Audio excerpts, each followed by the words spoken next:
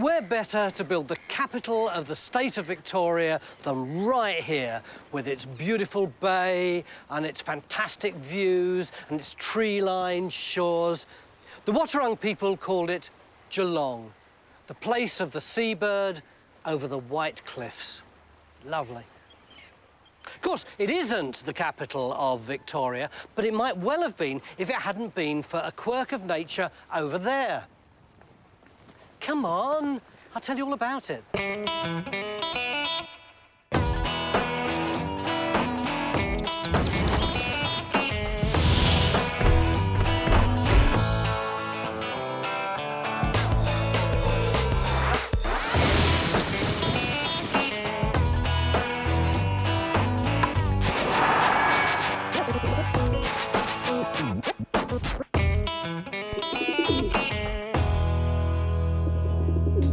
This week, I'm heading south to lovely seaside Geelong.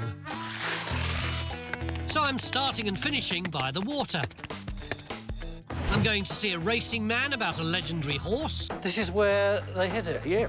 A gentleman bushranger about an uncooperative mount. Excuse me, I hope you don't mind me doing this. And a cafe crowd about a misleading map. It's ridiculous, isn't it? Sooner or later, I'll end up in jail.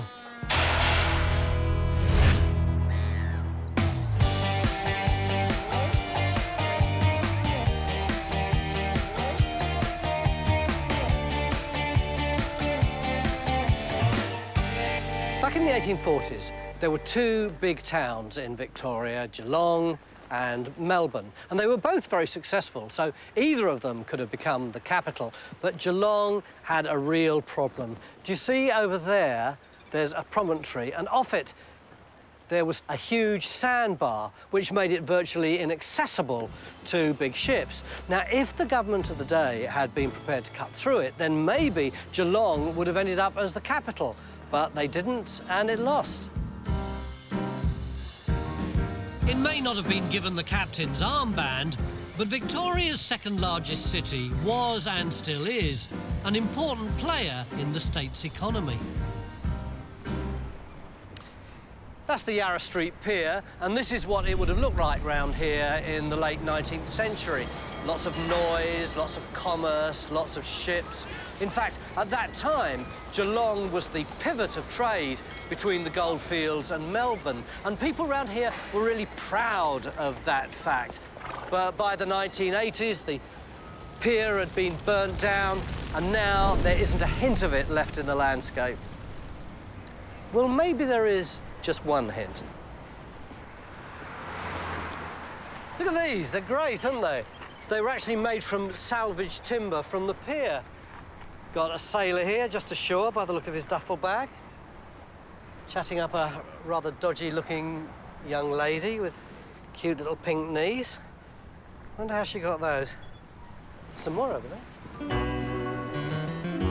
Hey, there's some lifeguards here who's carrying a rather extraordinary-looking duck there.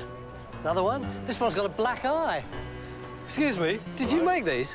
I did make them. I helped Jan Mitchell, a local artist in Geelong, make them.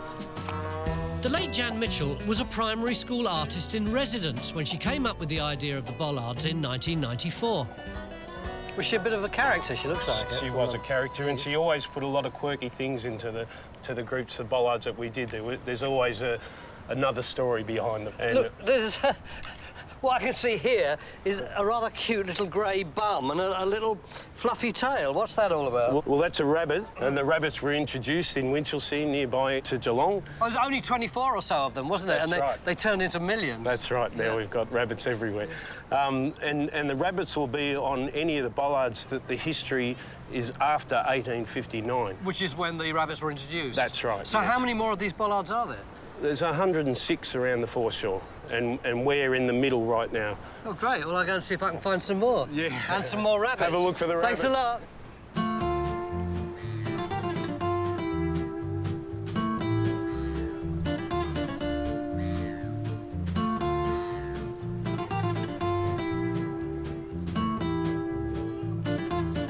You see, there's another rabbit down here. It's great, isn't it? It's a fantastic way to tell Geelong's history. Better than me.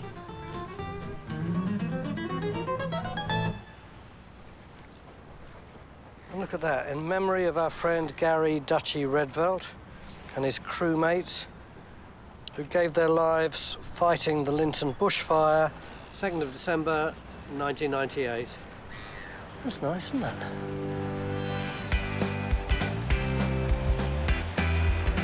It's such a glorious sunny day, I'd love to stop here at Eastern Beach Baths, which were built in the 1930s and then lovingly restored in the 1990s. But this is a walk, not a swim. Besides, there's something I want to show you up the hill. If you want a really glorious piece of Geelong architecture, take a look at this. Careful crossing the road. Corio Villa. Isn't it fantastic? See the great big tower behind the tree, and then you've got this huge great veranda here with all this lovely tracery on those columns. But the odd thing about it is, it wasn't built here. It's a prefab. It was made in Edinburgh, ordered by some bloke who lived over here. But by the time it got here, he died. It was left on the quayside for 6 months, and then it was bought by someone else, and they erected it here, apparently without any instructions. So I wouldn't be surprised if there was a bit left over at the end, would you? Look, there's even a coat of arms at the top there. No wonder they call it the wedding cake house. Huh.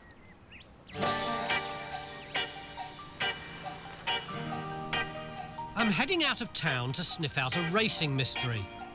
But first, I need to show you a couple more of Geelong's houses. It's an intriguing, compact, little mock Gothic Victorian house there, isn't it? It's a bit incongruous amongst all these bungalows. But it's actually, this is a gatehouse, and beyond that there would have been not a double garage like there is now, but a posh house, which is where I'm going right now. This is it. Here's the homestead, St Albans Homestead, built in 1873. It's a beautiful building, isn't it? And it would have been set in colossal grounds. I've just walked, what, something like 400 metres up from the gatehouse, and none of these bungalows would have been here. They would all have been part of the grounds for this house, and you can imagine it being full of local dignitaries and foreign dignitaries and politicians, maybe even royalty, and members of the racing fraternity, because in the late 19th century, this was one of the most important studs in Australia. But one famous racehorse to grace St Albans wasn't bred here. His short stay was one of Australian racing's best-kept secrets. Michael. Tony, how are you? All right, mate. Listen, in 1930, you had a rather special guest here, didn't you? Yes, we had Phar Lap, the winner of the 1930 Melbourne Cup, come here. Who was the most celebrated racehorse of his generation? Absolutely. He was a freak, an absolute freak. Phar Lap, Big Red to his fans, was a hero to most Australians during the Depression. I say most because a few days before the 1930 Melbourne Cup, someone tried to kill the red-hot favourite as he was being walked along a suburban street. A car pulled up alongside Phar Lap and a couple of villains were in the back seat and produced a shotgun and had a crack at the horse. They missed. So incompetent villains. Very incompetent. But scary nevertheless. And then he was going to go on to take part in the Melbourne Cup. Which was on the Tuesday. Well, that jockey must have been nervous. Well, the jockey wasn't there at the time, but they did ring him up later on and tell him that they were going to get him next. This is the jockey for the next race? Yeah, that's what Jim Pike. And he said, well, that's pretty good, mate. You can't even hit a bloody horse, so how are you going to hit a little bloke like me? Let's go and have a look. Still, Phar Lap's owners were taking no chances. The champ was whisked away to St Albans in the dead of night. This is where they hit him? In here, yeah. Let's have a look at that. It's a bit worse for wear at the moment, but that's where he was, in there. And it wasn't much better for his minders. They didn't have an ensuite, did they? No, it was pretty rough, but it certainly did the job. Phar Lap was in there, the guys were camped in here, and they were on guard, protecting him, and everything was snug as a bug in a rug, so to speak. There were still problems, though? They got ready to come to Melbourne. Some extra coppers arrived with motorbikes and what have you, and a full escort, the whole deal, loaded him up, and the truck wouldn't start. And they cranked and cranked and cranked this rotten thing. It wouldn't start. An hour later, it leapt into life, and they got to Melbourne in the nick of time. They had to put the race timing back a bit to allow them enough time to get into the racecourse. And it all worked out well in the end? It did. He went and won the Melbourne Cup. Yay. Very much so. Well, thank you for that. I like stories with a happy ending. Well, I do too. Thanks, Tony.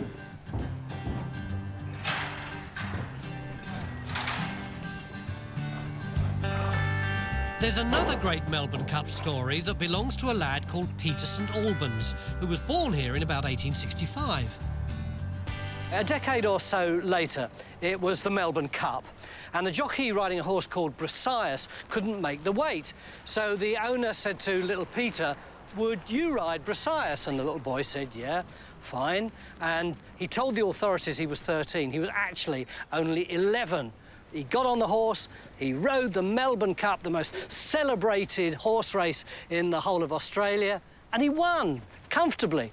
But the charming part of the story is that apparently he went into school the next day and his teacher said, "Peter, why weren't you here yesterday?" And he said, "Oh, I was riding the Melbourne Cup and I won." Although whether the teacher actually believed him or not, history doesn't record.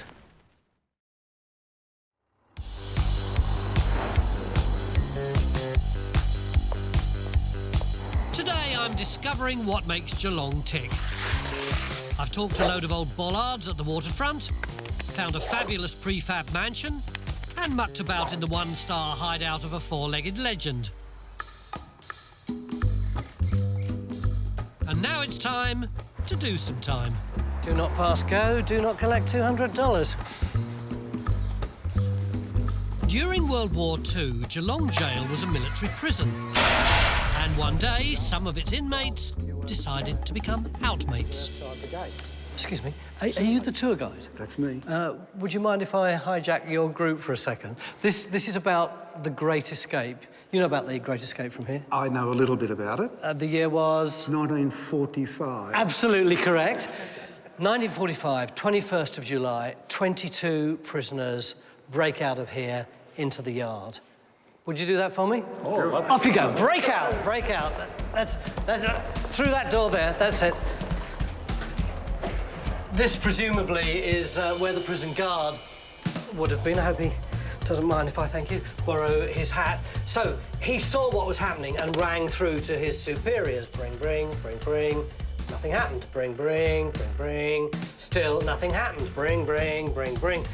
He hadn't realised that the prisoners had actually cut the telephone lines before they escaped.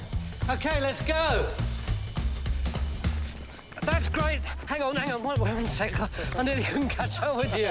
Obviously, you didn't want to spend the rest of your lives in the exercise yard. You had to get over the outside wall. So you started looking around for bean cans and jam cans. This is the wall. So off you go, over to here. And you were looking for ladders as well, scaling ladders to get over the wall. But while that is happening, the guard inside the prison is going, bring, bring, bring, bring. Nothing's happening, bring, bring, bring, bring. Until eventually another guard hears about the escape because someone outside has seen all the kerfuffle going on. And then, really, the poo hits the fan. Suddenly, there's police, there's guards, there's everyone everywhere. And you've escaped over the wall by this time. We'll go this way.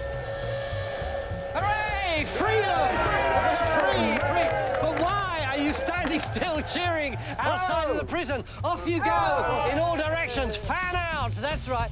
It was, in fact, a footy day, and Geelong were at home, so there's a huge crowd around, and they just disappeared into the crowds, and nobody could find them. Excuse me, you're the tour guide, weren't you? Right. Desperately looking for your I was escaping. tour. What's your name? Brian. Brian, I understand that they couldn't be caught there and then. Apart from anything else, they couldn't fire on them, could they? They weren't allowed to do that, and they disappeared into the crowd. But why were so few of them caught later on? Well, because the war was coming to an end. Yeah. And they're prisoners of the army, not of the government. Yeah. So once the war ended, therefore, they just got away with the whole thing and they was dissolved back into the community. And in fact, the war ended about a month later, didn't it? Absolutely. So they fell into this kind of bureaucratic abyss and avoided both the civilians and the army. Absolutely, that's correct. So they could still be out there, couldn't they? Well, they could be. Somewhere. They probably are. Well, it'd be lovely if they wrote in, wouldn't it, after this programme? Well, we'd very much like to see them come back, yes. I don't think they will. Do you, somehow? We won't keep them in here. Anyway, you better see if you can get your tour back. Sorry about that. Thanks very much. Oh, thank you. Here's your hat. Thank you very much. I've done my time in jail. Let's see what I can dig up on Sydney Avenue. You know the Brownlow Medal, don't you? Even I know the Brownlow Medal for the best and fairest player in the AFL each year. Well, this is the house where Charles Brownlow actually lived. Is it the best house in the street? Is it the fairest? Is it the second best? Is it the third best? Shall we all vote and then put our votes in an armoured vehicle? Do I have a gorgeous wag on my arm? No, I don't. But it is a gorgeous little house, isn't it? That's one of the reasons I love doing walks like this.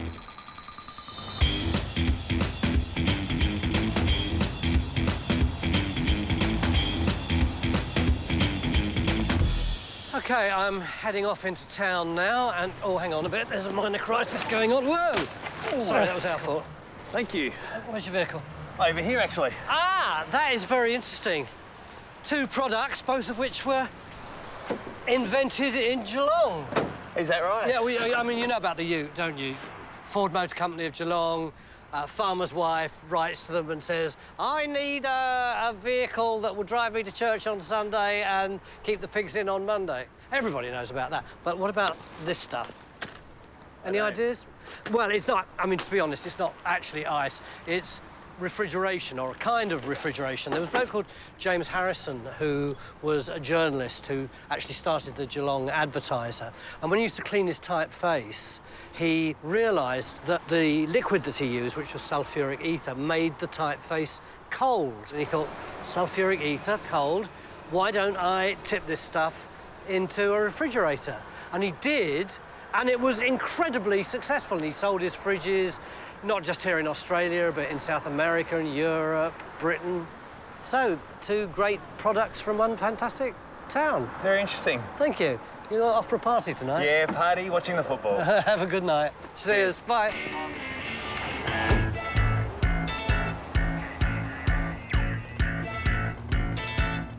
Now, where was I?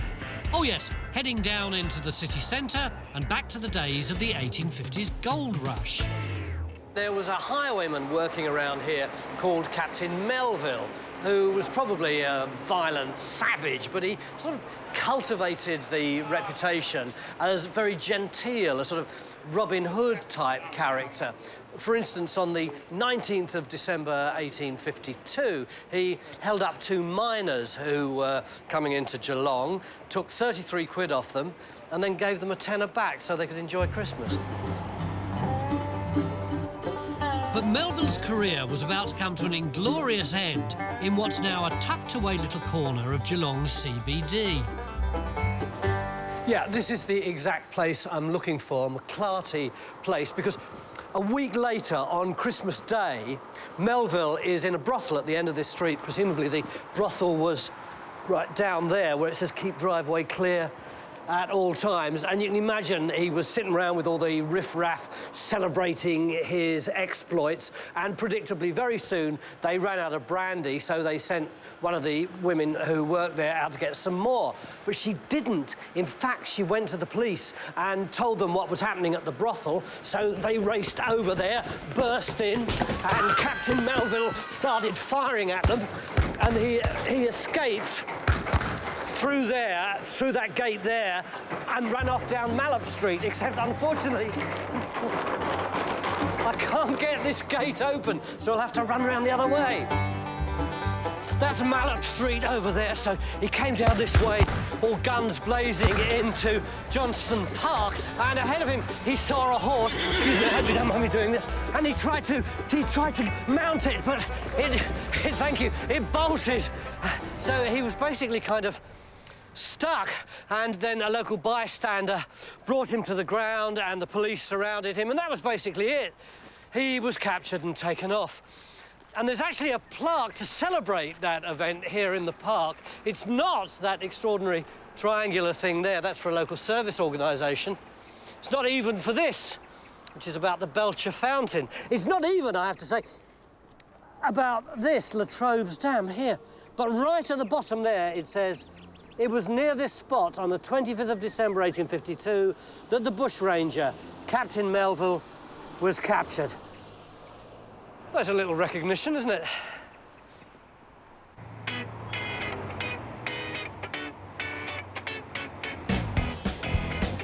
Walking around Geelong, I can't help but wonder what it would be like today if it had become the state capital all those years ago. Mind you, I think people in Melbourne would have done just about anything to make sure it didn't happen. Ladies and gentlemen, could I prevail on you to do something for me? But before I do, are most of you from Geelong? Yes. Yes, I want to, 99%. What do you reckon that the attitude of Melbourne people is towards you guys? Well, they push us around. They think they're so much more superior. They're just horribly jealous we've got the best football team. Keep kicking their backside. Well, you know, in the 19th century, I think that was true as well. But I think the reason was really through insecurity, and I'll demonstrate that if I may. Could you draw a map for me? Have you got napkins over there? Could you draw for me Geelong, Ballarat and Melbourne, just the relationship between the three of them, a little map, yeah? Right, let's have a look, Yeah, you've all drawn them pretty equidistant, haven't you? You've got, there we are, Geelong, Ballarat, Melbourne. All this primary school map making is because back then the Melbourne business classes felt threatened by Geelong's financial and commercial clout. With an unprecedented flood of visitors now flocking to the Victorian goldfields, they came up with a piece of cartographical chicanery to feather their own nests. And this is the map that they drew up in Melbourne. Can you see where Geelong is? Practically in Tasmania. Can you see that? It's ridiculous, isn't it? And as you can imagine, the people in Geelong were outraged by this, and there was a politician called James Strawn, and he said, in this map, Ballarat is made to appear twice the distance from Geelong that it is from Melbourne, whereas the real distance of that township and its goldfields is only 48 miles in a straight line from Geelong, and by the same mode of measurement, 62 miles distant from Melbourne. In other words, Melbourne is further away. Well, you wouldn't know that from that map. That is the kind of attitude that those people had towards you then. And that is the kind of attitude that you perpetuate today. Never. Anyway, thanks ever so much. Thank you. Nice to meet you all. I'm coming to the end of my journey around Geelong, and I've uncovered two shocking secrets. You see, I'm not the only well-known person who's ever walked these streets, and I'm definitely not the fastest. In the year 2006, the final of the 50-kilometre race walking championships was held in Geelong, and the finishing line was right here on the waterfront. And it was won by a bloke from Geelong, which is why I've asked these people to help me demonstrate that glorious moment. Could you do me a favour? Could you go right up by the carousel? Yes, and when I say ready, steady, go, start timing. I will. Have you got that? Yes. You're all right with your watch there? It's all recorded on this plaque here. Nathan Deeks recorded 3 hours, 35 minutes and 47 seconds to break the previous world record. But above, it says, could you walk from here to the carousel, that's just down there, in 39 seconds? That's how fast you would have to go to keep up with world champion race walker Nathan Deeks. Can we keep up with the world championship? Do you reckon? Yeah. On your marks. Get set, go!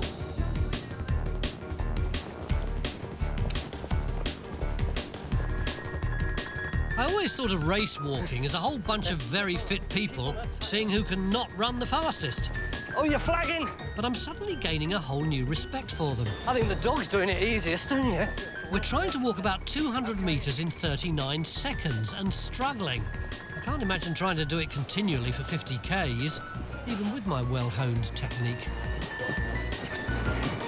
Yes! What? 55. 55 seconds! Yeah! Not quite 39, but... Not quite 39.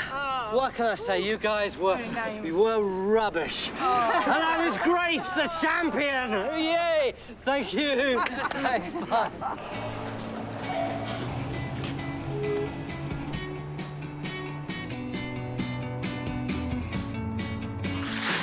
And I reckon that walk around Geelong would take you a whole day. Unless, of course, you were Nathan Deeks. I've just about come to the end of my walk now. The sea baths are a couple of 100 metres down in that direction, so I've sort of come full circle. These two bollards represent the indigenous people, who, of course, were here for thousands of years before the Europeans arrived. I wonder what this little lad would have thought of present-day Geelong. Would he be amazed by its shopping malls and its football mania and its beautiful seafront? Would he still think of it as the place of the seabird over the white cliffs?